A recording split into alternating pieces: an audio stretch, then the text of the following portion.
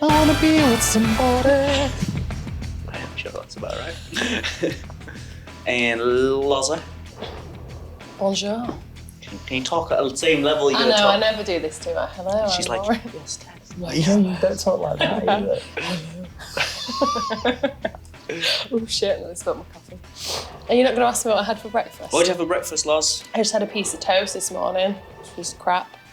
Just with nothing on it? Well, Kobe started demanding eggs on a morning because he's trying to get hench. Is he? Apparently, yeah. Is he working out? Yeah, no, but I feel like it's just dawned on him, like, food and what you put in your body, in a good way. How old is he? 10.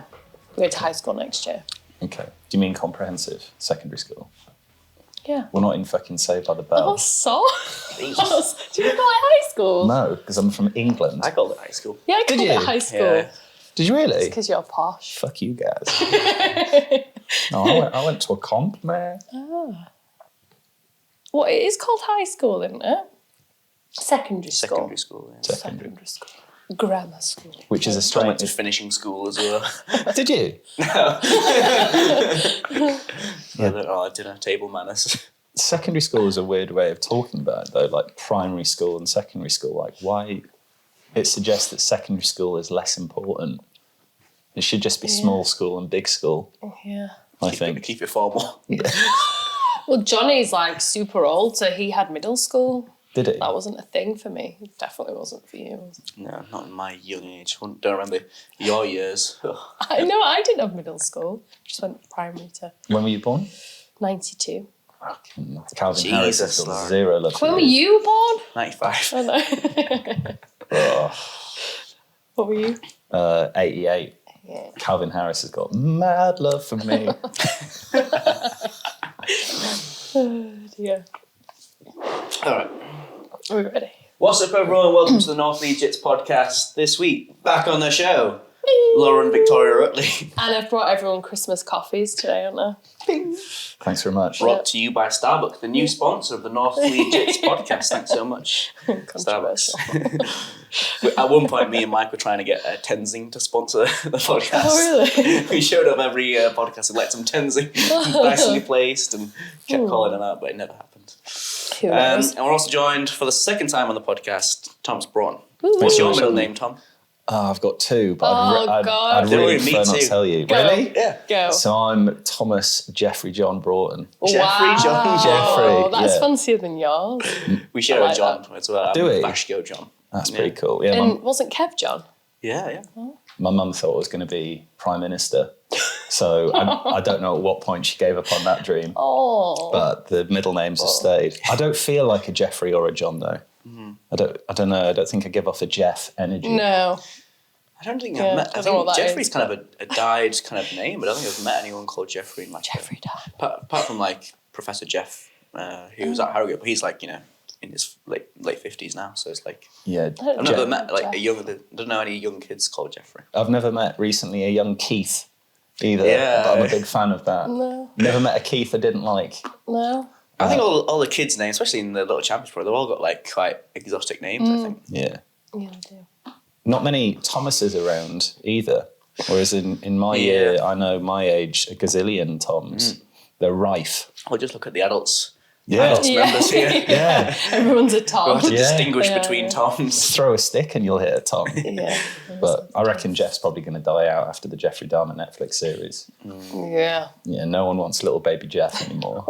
There are some names that just you can't use anymore. Like Hitler, obviously. Like Adolf. Like no one's calling the Obviously. kid Adolf anymore, are they? Yeah. But it's probably a No. fairly popular name, I bet. Yeah. Yeah, that probably will die out for probably good reasons. But it's sort of the old school names where they're legit like man names. Ian. Don't hear many Ians these No, days, you do don't, you? no. Fixing. Yeah, it'd be hard to think of a kid called Ian.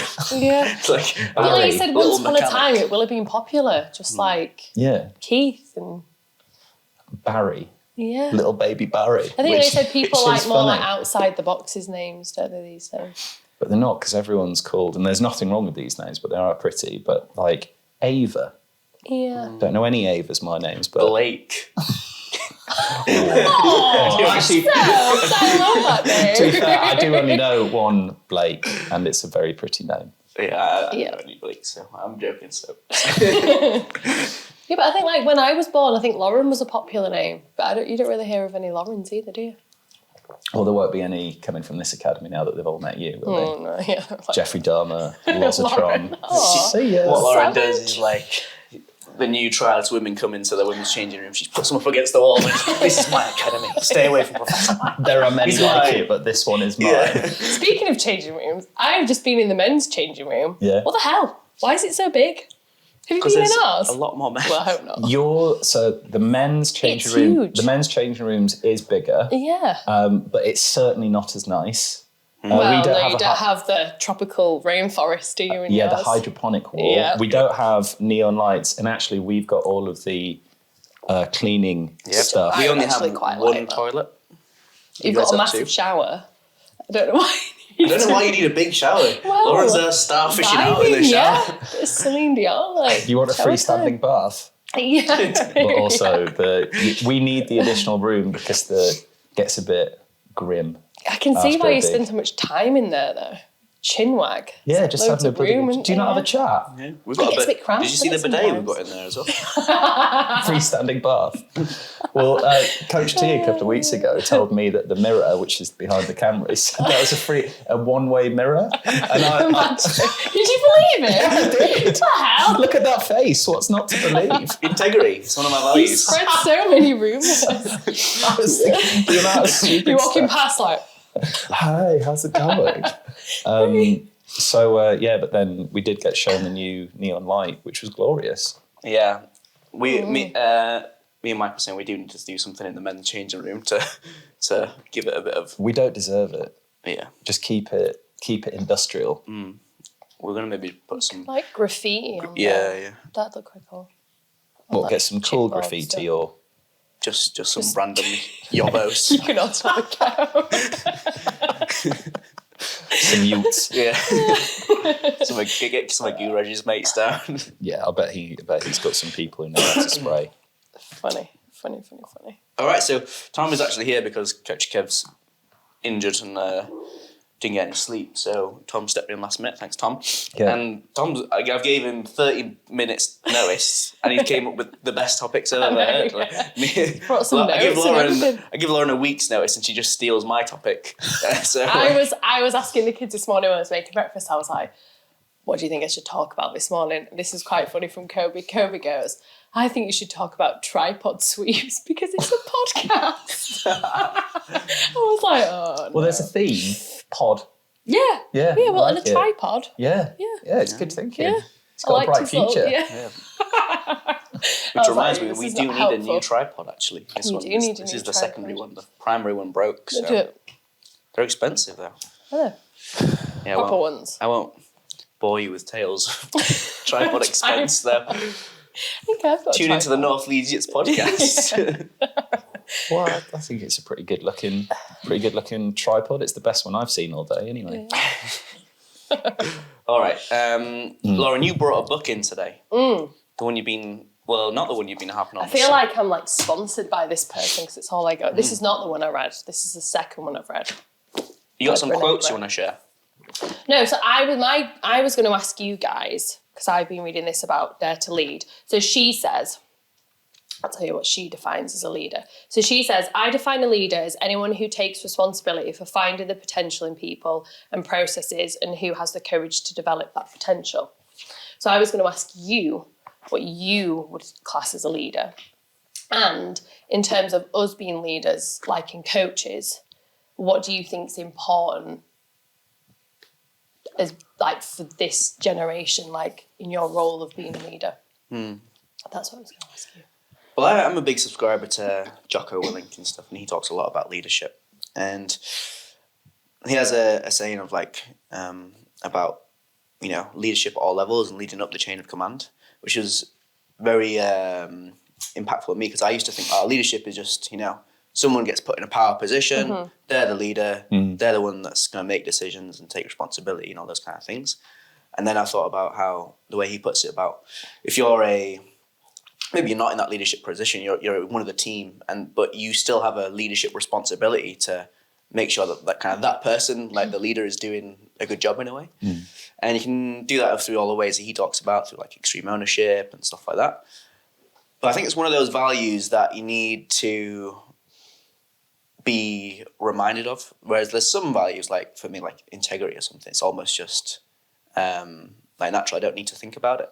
But I think especially for the kids, it's good to keep reminding them that, hey, look, everyone can be a leader. It doesn't matter if, say, you're a grey and white belt with 4 red stripes, something like that, and you're at the top of the line, or if you're the day 5 kids, like if you have a responsibility in a way to make sure like we're all doing the things we know we should do. So it's easy for the kids. Like Tom, we always talk about how class is set up for the kids in a way where it's just easy for them to do these values. So like they line up before class against the back wall like you guys. Yeah. But they always muddle themselves into some kind of like mash where they all want to be in like one certain spot. And then it doesn't matter how busy the class is. Yeah, it doesn't matter how busy. Like they're always round the corners. Like there's like 5 of you guys just all go against the back wall. And then there's some kid that goes like, move down. And there's some other kid at the other end of the line going, oh shit, what's going on? And then every now and again you'll get a kid that's like, oh yeah, like they'll just. You know who I think's really good at it? It's actually Sam Dawson, because he doesn't really shout. Like Gabe will shout at the kids, of like, like he wants to be loud and out there. Sam kind of just like gets on with it and just like, you go there. Yeah. And I was doing some of that with the kids comp team one time. I was just like, right, get into. I gave them some tasks, but I didn't really assign anyone a leadership role, and like, they had to get into groups and like organize themselves into something. And I just wanted to see who would like emerge as the little leaders in the group. And Sam did kind of emerge as like the person. Yeah. I feel like people would listen to Sam as well. Yeah.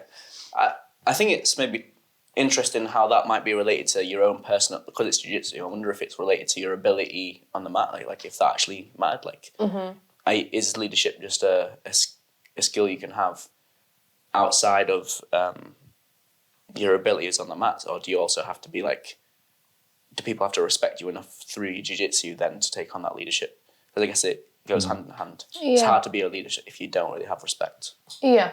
I think for me though, like in terms of like leading and being a coach for the kids, I know it's a jiu-jitsu academy, but that kind of comes secondary to me in terms of, for me, it's more important about like them as people, and helping them grow as people rather than the jiu. Well, obviously we're here to help, but for me, like I'm not the world's most knowledgeable jiu-jitsu person. Are you not? No. You should tell me now. But I feel like I do my role well through helping them as people and being there for them. Because she said, I think she said, yeah, what did she say? You are. Who we are is how we lead. Would you agree with that? I hear you. And I guess that's interesting because you can have different leaders for different things. Yeah. So you talked about respect. Does respect, for example, in our academy, does respect only come about because of your technical capability? You could be extremely good at jiu-jitsu, but if you're not a nice person, can you still be a leader? And conversely, you could be the best people person where you're caring and kind and nurturing and empathetic, but you might not be so good at jits. Does that disqualify you? I didn't say you, but does that disqualify you? You can wear a silly hat. You can wear a silly hat. I think the answer is there are different types of leaders who occupy different roles, and that those things are not necessarily mutually exclusive. No. And I guess the ultimate leader is to someone who ticks all the boxes, don't they? But I suppose they're so rare, which is why they normally come to the fore.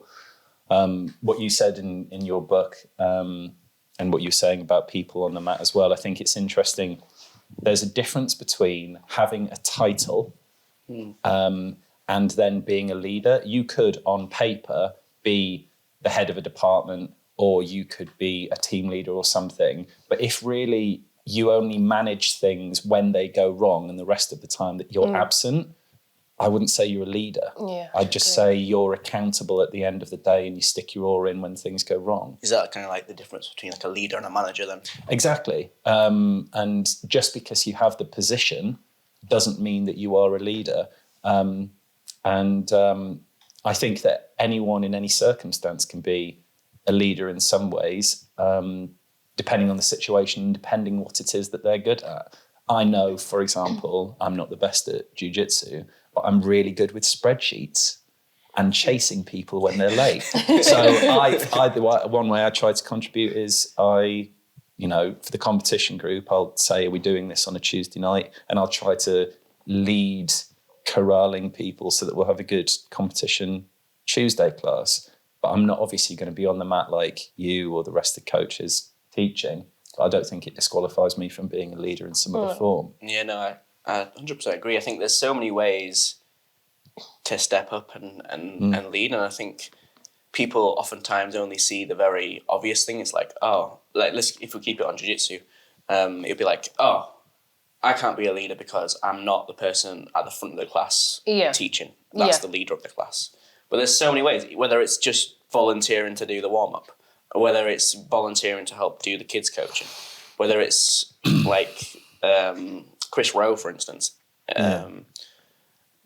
recently was saying about how he felt there was a bit of a divide between the blue belts and the white belts. And then he just basically took it upon himself to take like a leadership role to be like, you know what, I'm going to corral all the white belts and make sure that he's a good egg, isn't he? Yeah. He's a bloody good egg. Yeah, he is. And he took it under his wing to make sure that all the white belts are kind of trying to have interactions with more of the experienced students, which is always amazing. All the stuff that you do, like you're always really active in the comp team, like making sure people like know about dates. Yeah, I love that. I love that when you're like, it's like getting booked onto class. What are we doing? There's so many ways. I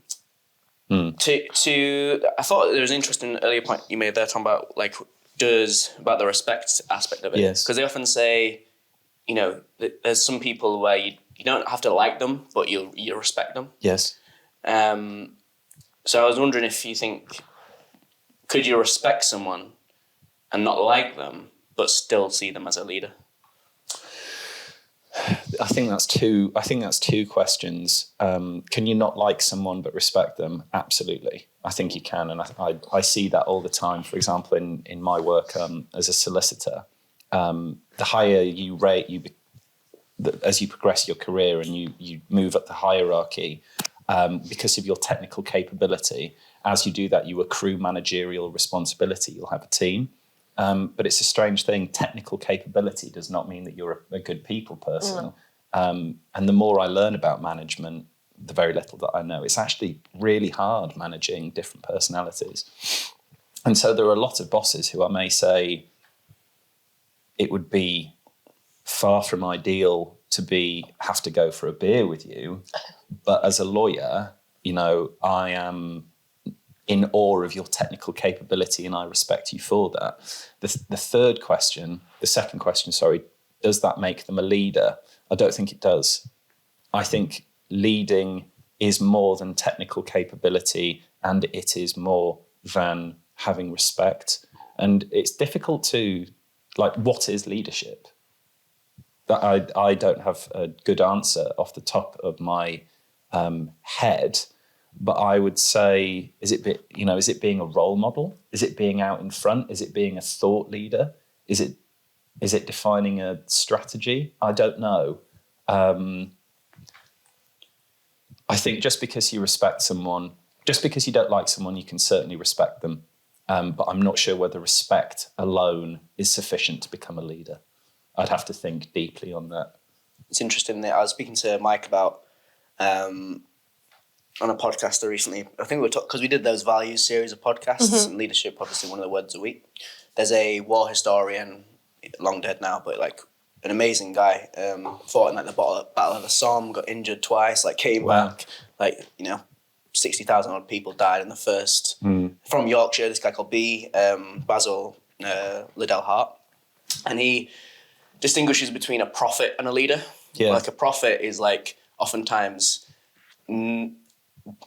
basically before they die, they look upon kind of not like a leader. They'll look like as someone who's out on the fringe, doing weird things, and they might on the surface appear to have some leadership things, but they're so far out there that many people wouldn't necessarily follow them until like later on, until maybe they're proved true, and then those things they were talking about are more solidified, and then people later down the line might espouse the same values and then become leaders. So I think in the context we were talking about, it's like when Mike was there's a lot of things like Mike's done and he didn't get like the best kind of reputation for over the summer when it came up what we were talking about, and I felt like that was maybe more of a prophet than a leadership moment. I think to answer that question though, like what a leader is, I think, like you say, there is so many different aspects to it. Yeah. But I do like the way Jocko narrows it down of like a leader takes ownership for everything that happens in their world. So whether we're in a team and I'm the leader or not, it's like I'm going to take responsibility for whatever happens because at some level there was something I could have done to change the situation, even if it doesn't appear so initially. I think that's what a good leader is for me. Cool. Would you agree with that? Yeah, I mean, I think the point like she's sort of making in the book is that the next generation of leaders need to be different to the last, and there's different things she talks about, but I think like it comes off the back of that Daring Greatly book that I read, which is all to do with vulnerability. So I think vulnerability is a big part of it, and like being connected to and caring about the people that you are leading. And like she talks about, there's all different aspects, because a leader can be arguably, I don't know if it's a parent, but there's different, obviously you can it be in work, you can do it here, whatever. But I think it's like in an office, are you able to have like the tough conversations with people? And she talks about how in like offices and workplaces and stuff, how they'll sit opposite each other instead of like next to each other and having a conversation and all that kind of stuff. So I think it's important to care about people, be connected to people instead of just being in a role and thinking, well, I'm a leader and you're all going to follow me type thing. I know some organisations actually split the technical and human management side. Okay. So they'll have, for example, of a large department, they'll have someone who, let's say it's accounts, they'll have someone who's the maths and devises the strategy and is maybe responsible for client relations. And then running alongside them, I think they have equal prestige or power or whatever. They are responsible for managing the people in the team and dealing with the more human aspects, which I think is a really good way to go, because you're saying they're of equal importance. Yeah. And interestingly, a study which was undertaken in 2008 during the recession found out that the most important things to people working in like a corporate office is not money, progression, prestige, The most important things were all the intangibles. They want to be told they're doing a good job. Yeah. They want to have a boss who recognises and appreciates them. They want to be in a cooperative, non-backstabbing attitude. And I think that feeds in. The human stuff is just as, if not more important than the technical side of things. Yeah. So I think with some like leadership roles, there probably is more of an emphasis on the negative than the positive. Like, do people necessarily, like you said, sit down as much and tell people how well they're doing, or is it more just pulling people all the time on? But you can understand that though, can't you? You know, if you're in an environment which is very competitive, and say you're pushing for a promotion or whatever, there is still a stigma about mental health. For example, there is. I don't care. Maybe things are changing for the better, but there is a stigma that it's an indication of weakness, which I don't think it is.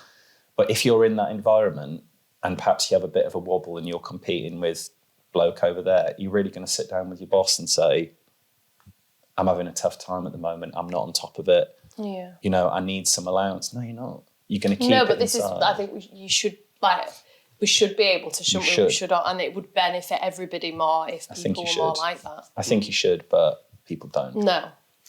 I think maybe a bit what Brene was talking about there is then You know, there's a lot of leaders out there. There's probably not many good leaders. No, yeah. You know, Definitely. in that leadership thing, we've just what we've talked about today. You got leaders, and there's a big spectrum there. You got managers, prophets, dictators. You know, there's like a whole gamut of people you might say are leaders, but I think just like martial artists, there's like a load of fighters out there.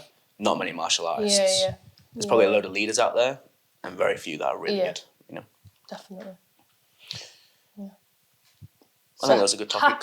I brought a topic in that wasn't your idea, and it was Wow. great. Once That's a really year, I think it's really interesting. a Christmas miracle. I've got to think of something for next week. You should steal some Just Google it. I know, yeah. What can I talk about?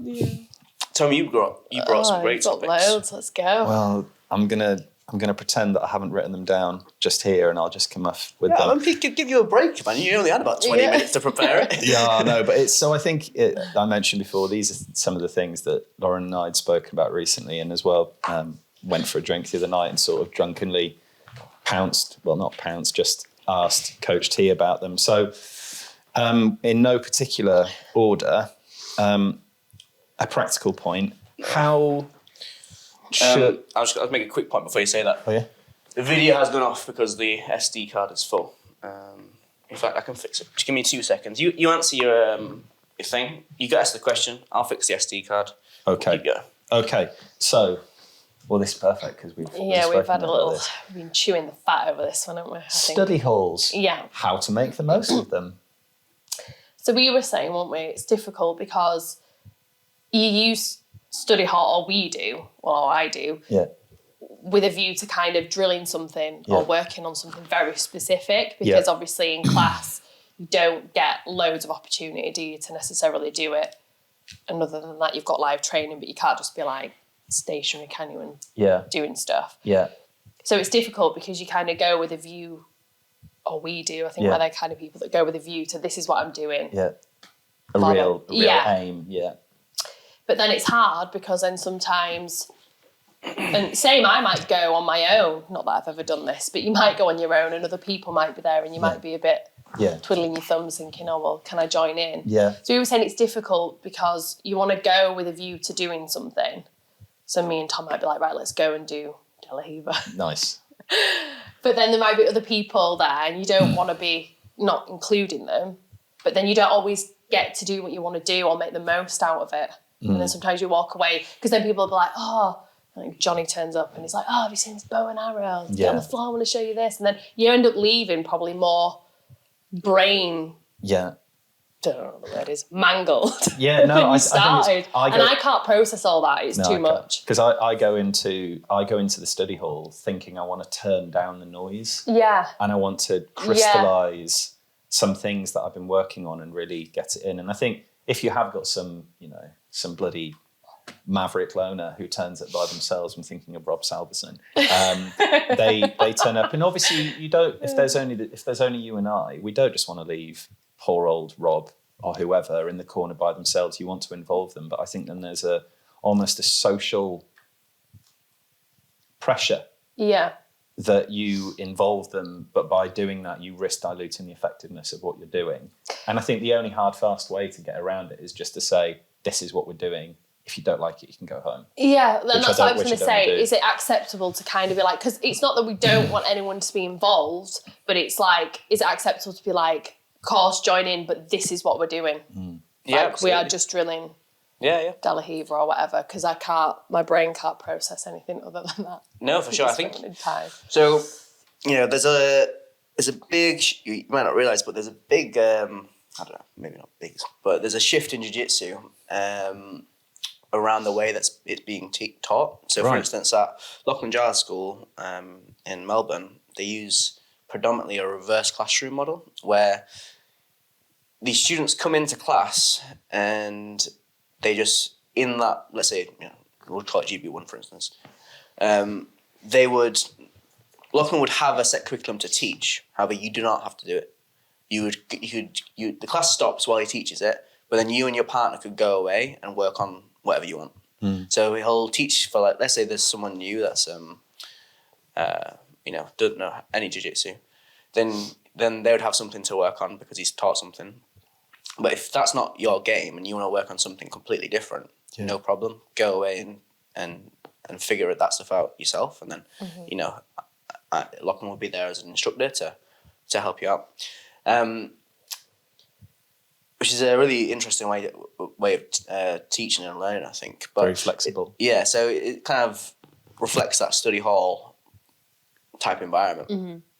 There's a reason that we have it for only 3 stripes and above, because at that point, if you're drilling De La Riva, let's say, you should be able to have someone that comes in, the minimum of 3 stripes, hopefully a bit more.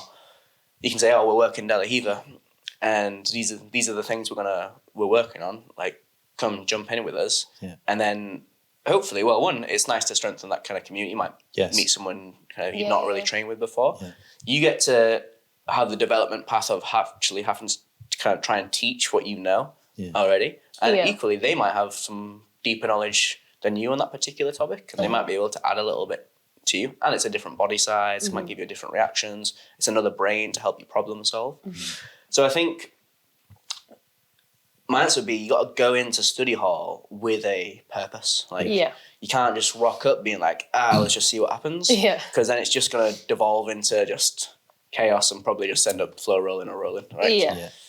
To go in with like a set, right, I've watched this, I want to work these, I want to have a partner that kind of gives me some problems, and I'm going to see what the solutions are. If you just go in being like, we'll go see what happens, it's like, you're going to end up chatting and doing nothing.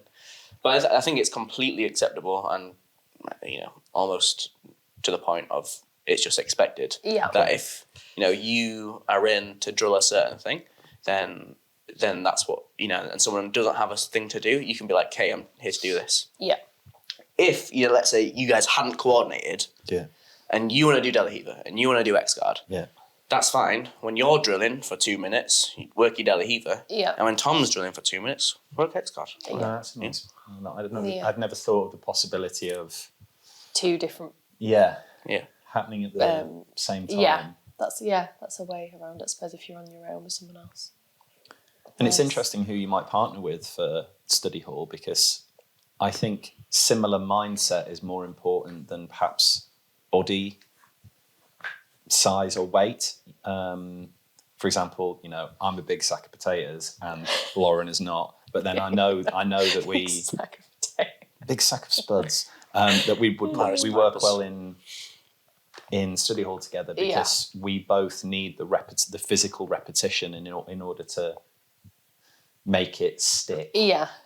Whereas some people, whereas I know there are some people who are absolutely frantic in their learning, and they bounce from one topic to or it feels to me anyway, sorry, I just hit my microphone, they bounce from one topic to another without perhaps letting it fully crystallize.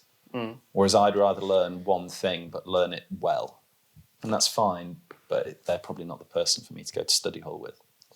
Interesting. So cool.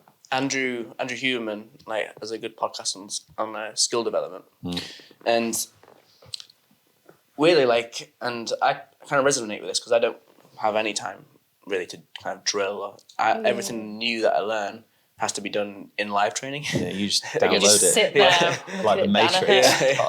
So I don't get the opportunity to kind of learn and digest it and drill it and rep it and then go try and do it on someone in live training. It's like the first time I do it, it's against someone that's fully resisting. And still nails it though, doesn't it? Yeah, I'm gonna say. Read between the lines. And what Andrew Huberman talks about is when you're actually trying to develop skills, you can, even the first repetition you do should be trying to do it at a pace that you can't do it, because you don't... run before you can walk? Well, yeah, literally fail at doing it. Okay. Because it's going to, he explains it obviously in a scientific way, but it's in the making of the mistakes of a thing that your brain is like, oh, fuck, we got it wrong. And then it wants to think about it. If you just keep doing it right, it doesn't almost internalize it as well. Yeah, I know what you mean. Which resonated with me in terms of competition, because every time you speak to someone in jiu-jitsu, you speak to them about competition, they always remember that moment where they fucked up, but they shouldn't have. Yeah. It's like, I was up on points and all I needed to do was this, and then I just this one moment kind of thing. And it's like they remember the mistake, not all the other things. Yeah. And you hope that you'll never do it again then, don't you? Yeah, and then you go away and solve it. That's sort of like the psychology of people are more motivated to avoid losing money than they are to create a possibility of making money. Potentially, yeah, I'm sure there's some kind of link there. Yeah. I'll send you guys a podcast. Quite interesting in terms of how you can develop. How does that fit in though with, for example, if you're learning a potentially very damaging submission, and you need the control of, well, if I get this wrong, I'm going to potentially hurt my partner. But if you just go for it. Do you not fear losing an element of control and potentially injuring your partner? I think so you got to distinguish in submissions in jiu-jitsu, the best ones are control-based, which even if you are doing it at a competition speed, would still be actually fairly slow. Yeah. Like I can put on a technically perfect armbar at the same speed I would in competition against someone and still give them a load of time to tap. Yeah. The problem is at white belt level, people try and jump straight to the submission. Yeah. So they go, they lose, they go, all right, I'm in mount, that's a position of control. So now, like you see other kids do all the time, kids comp team, right, drill your A game sequences, right, I'm in mount. Geronimo! Did you say Geronimo? and they lose that position of control, the arm slips. Yeah. Speed-based submissions are kind of seen as certainly a big part of the game, but not like the peak of the game. So, so yeah, I think there is probably an element where when you're drilling speed-based submissions, you need to be very. I would drill it full speed, but I wouldn't necessarily catch the actual submission. Let's say it's a shotgun arm bar from knee on belly. Yeah. Near side arm gets posted up on your chest, dive on it, right? Yeah. Leg over the top. I can do it and catch the arm to my chest, but not I can fall to the bottom position, leg over the head, but not put the arm bar on, right? So do you think that this style that you're talking about then, would you say that it's more suitable for perhaps more advanced players? I think... do you mean like instead of being like, oh, I need to get this technique perfect before I take it to live training, you're kind of just saying just get on with it and just do it? Yeah. So the way we try and learn now is like, right, I'm going to do it as slow as possible so I can get every movement perfect. Yeah. But in real situations, it's not perfect. Your partner's not being, like, everything's going to be a bit weird anyway. Yeah. So you need to kind of just try and find all those mistakes that your body's going to make. The way I try and teach it, so from the opposite side of things, is I try and I'll let them do it a couple times just in the normal pace, try and figure it out. And then I ask people to try and drill it double speed to make it, I'm like, right, you need to now add more resistance with your partner. Which makes sense for like everything else we do in life. If you're lifting weights, right, it's like that progressive overload where let's say it's a squat, I'm teaching you the movement, but then if you just squat slowly and perfectly, then I'm not going to go and hit 100 kg squat. That'd be like the live training equivalent. I need you to go up at 5 kg increments until we're just doing it live training. And then, those will be seen as like your warm-up sets. And your actual working sets will be you doing the full reps with full resistance kind of thing. Yeah. And I think you do it subconsciously anyway. Well, I do. Like you will do. You build up the speed at which you do it? No, as in like I just try stuff all the time, knowing it fails. But then you keep asking yourself, don't you? Like, well, why didn't that work? Why didn't that work? And then you're like, oh yeah, because I didn't have the sleeve or I didn't do this. You wake up at midnight sweating. Yeah. And then you finally get it once, and you're like, yes. That's just when Way recommends weird drugs for me. When I'm ill, just wake up in the middle of the night soaking. I'm like, Way, what the fuck did you give me? Not again. Sorry, that reminded me of Travis Stevens, Olympic silver medalist in judo. Talks about how when he leaves the training room, your mind should be as equally as exhausted as your body. Right. You should be like chess grandmasters will burn like 5,000 calories when they're in. When they're playing like a full chess game. Wow. Your brain burns up most of your calories in a day anyway. But you should be like, your head should be leaving with like thoughts and ideas, and you should be like, you just don't come in and just get a workout. Like, anyone can do that. Like, you should be leaving with your brain being like, fucking hell, so much. You know? I should be shredded then, the amount of overthinking. Yeah, anxiety is a superpower. Yeah, I should be like, oh, I wish that was true. Yeah, stuffed it in the 12-week program. Yeah. Just get really bad screw anxiety. you, Johnny. Yeah. So that actually leads on nicely to a question which I prepared earlier, which is, do you struggle at all, and do you have any strategies for dealing with remembering all the technique that we do in class? For example, I often am still thinking about technique from the week before when we're on the mat learning something new, and I feel worried that all of this stuff is washing over me and I'm retaining very little of it. Do you feel the same? How do you deal with that? So this might be surprising for you. When I teach a class, I have the expectation that you'll remember absolutely zero of it. Really? And that's and I teach the class with that in mind. Yeah. So I'm never really in class trying to give you a technique. I'm trying to give you ideas and thoughts for you to go away, and hopefully something will click in your brain at some point of like, oh, this is kind of like that thing. Yeah. And then it gets added to your game. Yeah. Like, I remember even at late stage white belt thinking like, right, how many moves do I actually know? Being like, I literally couldn't teach you a move. Like, obviously I could do jiu-jitsu. Yeah. But if you said, show me a jiu-jitsu move, I'd be like, I don't know. Like, literally to the point where Star I wouldn't. jumps. Yeah, I've been like, 1, 2.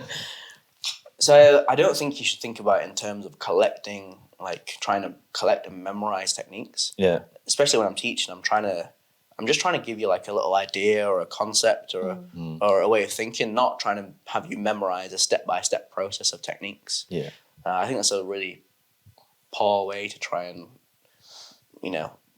learn something. It'd be like just trying to read the dictionary to improve your vocabulary. Yeah. I think as well, like certain techniques and stuff just will click with different people. Like you start to, like me and Johnny are really different. Like he'll be like, oh, let me show you this. And I'm just like, no, like it's just a car. Like it's just not me. It's not going to sit in my brain. So it's pointless showing me, and vice versa. Like, do you find the things which click with you remember the most readily? Like there might be a technique which you try and you just can't get it. Yeah. But then the one that clicks with you is the one that you think, oh, I can, for some reason, my body can just do that on this Ricky tick. Yeah, I'd say so. But then equally, I know like when I've gone back and done GB1 or even GB2 and something will come up and I'll think, oh, I did this like in my first couple of weeks. Yeah. Never really understood it, and now I get it. Yeah. And I always thought it was something that wasn't for me or whatever. But as I've developed, I'm like, oh, actually, I get this now. Because this, or it goes with this. Or there's stuff I learned at white belt that I didn't understand until purple belt. And I just mugged it off being like, that doesn't work. And now I'm like, it's the simplest and most effective thing for me. Yeah. I think, just comes with.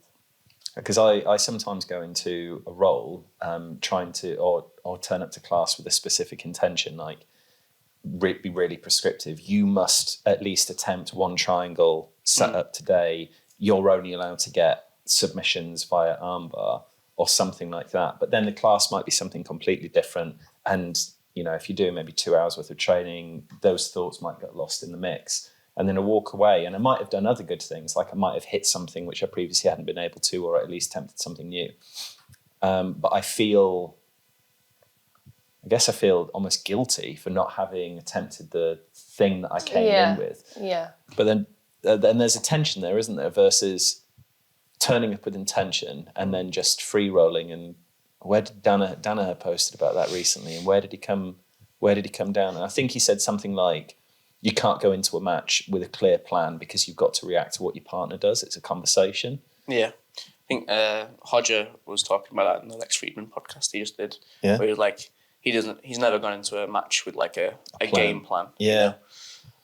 So is Ryan pretty unusual in that respect then, giving the card and saying, this is how I'm going to finish? I think that's just because he's at such a high level and he's such a good marketer that that he can make that rather than a triangle's rather like ambiguous, isn't it? Like he I think in that match he ended up hitting like a reverse a rear triangle. Yeah. If you at a certain extent you can, if you're that good, like it'd be like me going against just some fairly new student. I can just do whatever submission I want. Yeah. If you're at that level, then you can just call your own submission. Yeah. Yeah. With intention stuff, though, I think it's great to have intention. I think setting yourself micro goals is wish I did more. Like I wish in my roles I often do just go in with very little like intention, and I'm gonna go and I end up gravitating towards the things that I've done for the last few months and got good at, and then every 4 or 5 months I'll be trying something new. Yeah. But I wish I was like, this week I'm gonna get this. I'm gonna get 5 of this week, or this week I'm gonna get 10 of that submission or something. Yeah. I think it would be really good for my game. I was just thinking if I have one goal, if I hit it once in like a month, I'm happy. Just casually like 5 of the same week. Do you come in with micro goals for sessions, or maybe a theme for a week or a month, or? Not for sessions, but I think I try in live training to try and do something. Yeah. Like I do a goal. Do jujitsu. Do something, Lauren. Because I feel like, I think I said to you recently, like I feel like I've never like focused on a submission. Okay. I've always just focused on like trying to get better at positions, but then I'm finding myself in positions and I'm like, oh, what do I do now? Yeah. So I think I do have like goals. I struggle like when I do GB3 no gi on a Tuesday and then go into comp class, my brain's like fried because I'm trying to remember everything we've just learned or something that I really liked. Yeah. And then sometimes it's the same, but sometimes it's different. Yeah. And then I'm a bit like you, I'm like, and then I started mind mapping, didn't I? To try and keep some information. Yes. Which does actually help, but have I read them since? Probably not. So I know that Ricky, he's a big fan of making notes. For example, if we've been to seminars, he very kindly always shares them. Yeah. But I don't find that works for me, and I've perhaps read through some of his notes, and there's nothing wrong with what he's written. No criticism. It's just the reading of it. The words does not, for me, translate into assisting with my. I've got to drill it. Yeah, it's almost like they feel like cue cards for a speech, but you have got to know the speech. They're cues, they're not. Yeah. I think that's helpful in a way that, like, for all my private sessions I do these days, I always do like a 5-minute recap at the end of the session. Yeah. And then. Do you film that? Yeah, but you film it, which is, you were joking with me the other day saying I never made a mind map for yours, but I videoed yours and I have watched them back. Yeah. And you can slow it down and watch it, whereas information, I'm a bit like you, I like read it and I'm like, So I think that is a good idea to film it. Yeah, I think so too. In different strokes for different folks. Because even if I film stuff off Instagram, I screen record it I can slow it down. I'm trying to stop with Instagram. Yeah, because I do see stuff and I'm like, that's so easy. I was talking to James Frost the other day, and he liked something on a video, and so I said to him, I saw that you like that, and he just said, mate, like I like so much stuff and watch so much stuff. And it was that day, and it just didn't go in. And I think it's because when you're mindlessly scrolling, you're not actively engaged, and it might seem easy, but it doesn't. Well, that's like an overload of information as well, isn't it? Because you could sit all day watching jiu-jitsu videos. I try to. And it's just like, So maybe that's a good question. Self-learning and instructionals. What's your strategy for implementing them? Yeah, because you love a video. Do you just do a matrix download and then, as you say, try and implement it at speed throughout a role? Yeah, because you must watch a load of videos, and like you said, you don't get that much time to actually drill it or practice it. So it obviously kind of works for you. Works for me. There are some stuff where, but I think because I'm at a certain point now where like most of the like fundamental movements of jiu-jitsu, I have felt like there was some stuff I was teaching last night that I'd like literally never done before, but I can just watch it and then just do it. Like, cause like, you know, the fundamental movements, I've got them down enough now where it's, oh, if they ask me if I need to invert for this thing and put my foot here, I've got the kind of body awareness to do it. Yeah. Where I think that's a real struggle at the start. I think unless you kind of understand a lot of the basic positions, then it'll be really difficult to try and do that. And I'm also very lucky in that the majority of my training partners are fairly new to jiu-jitsu. Like, I've only trained for like a year or two, a year and a half kind of thing.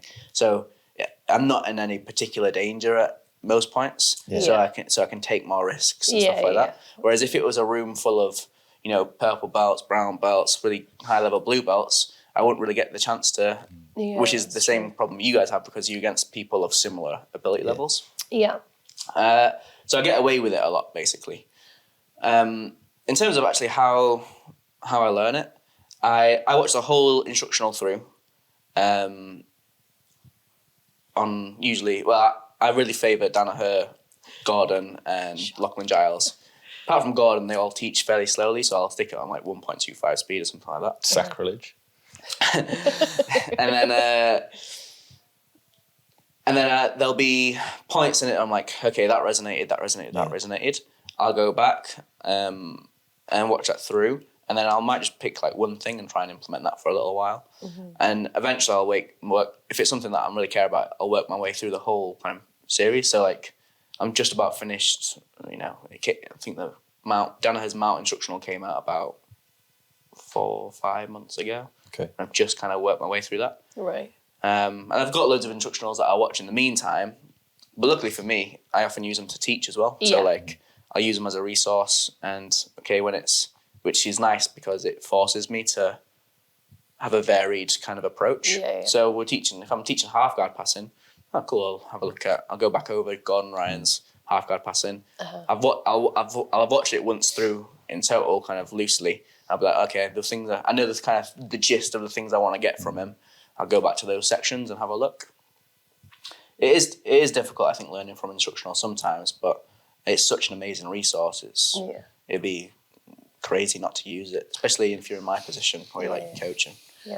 You know, for years, you got to think like how Mike learned jiu-jitsu. He was kind of get it as like Chinese whispers. Like there's a guy who kind of figured out how to do something. Another guy went to a seminar to learn it. Like you imagine going to one seminar now, you know, and then you'd go travel home and try to teach it to the rest of the class. Like you'd get such like a watered down version. You would. And now you've got literally the best instructors in the world coming up with, you know, 8-hour, 10-hour long instructionals, giving all their kind of best stuff.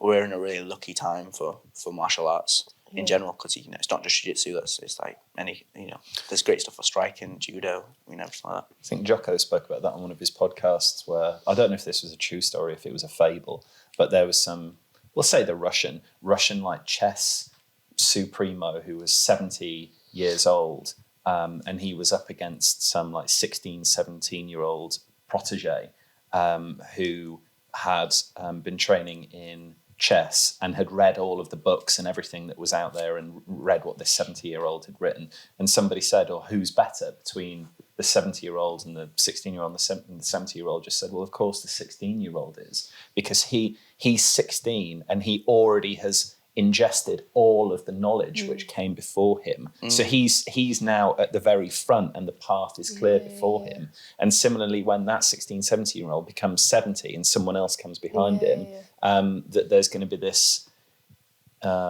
continual development of the sport, which I suppose fits in with what you said there. Mike didn't have access to those resources, but similarly, when we progress through our jiu-jitsu careers, it'll continue to be added on. You get Neuralink just fucking straight up downloaded.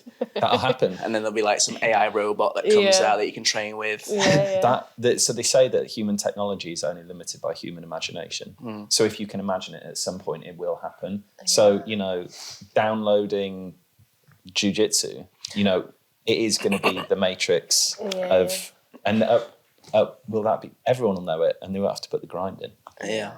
I get we really need to finish this podcast because it's half, but there's so many ideas. I would love to keep going because what you just said is like everyone will know it. I'm like, I'm sick of people like Johnny learning jiu-jitsu. I'm like, it's meant to be to level the playing field between bigger and smaller people. Now there's no level playing field. It's just the big guys are learning sweet moves too. And then the other thing I wanted to talk about was each younger generation benefits from the one before. But there was back in the day, you can go to Greece now and look in like the Parthenon and stuff like that. There's like guys doing heel hooks. Like I wonder how. Yeah, and they were training for hundreds of years doing. And whereas modern day kind of sport in jiu-jitsu maybe only been around for 800 years now. I wonder what level those guys were if we would stick them against like the modern day competitor. Like I'd love to see that. After hundreds of years of that kind of incremental thing, did they get to like a similar level as today and we all lost that knowledge, or do our modern day kind of resources like video technology, has it brought us back up to a different standard? Well, thanks for that. Right, we really do have to go because I'm sure there's people banging at the door to try to get into class. But thanks so much, Lauren, Victoria Utley. Thanks so much, Tom, Jeffrey, John. I regret telling you that already. Broughton. Yeah, thank you for You are welcome back with your great topics, by the way. Fuck you, Kev, with your dodgy shoulder. Joking. Yeah, thanks for having me. I've had a really good time. I still think that we need blankets next time. Well, you need to petition GB Wear to make these pajamas. Oh yeah, no, that'd be ace, wouldn't it? You can add it to the Banana Palm range that people are doing. Cowboy hat, country music t-shirts, pajamas. Yeah. I'm just gonna start my own clothing line. I think I'd be minted. Will you help me?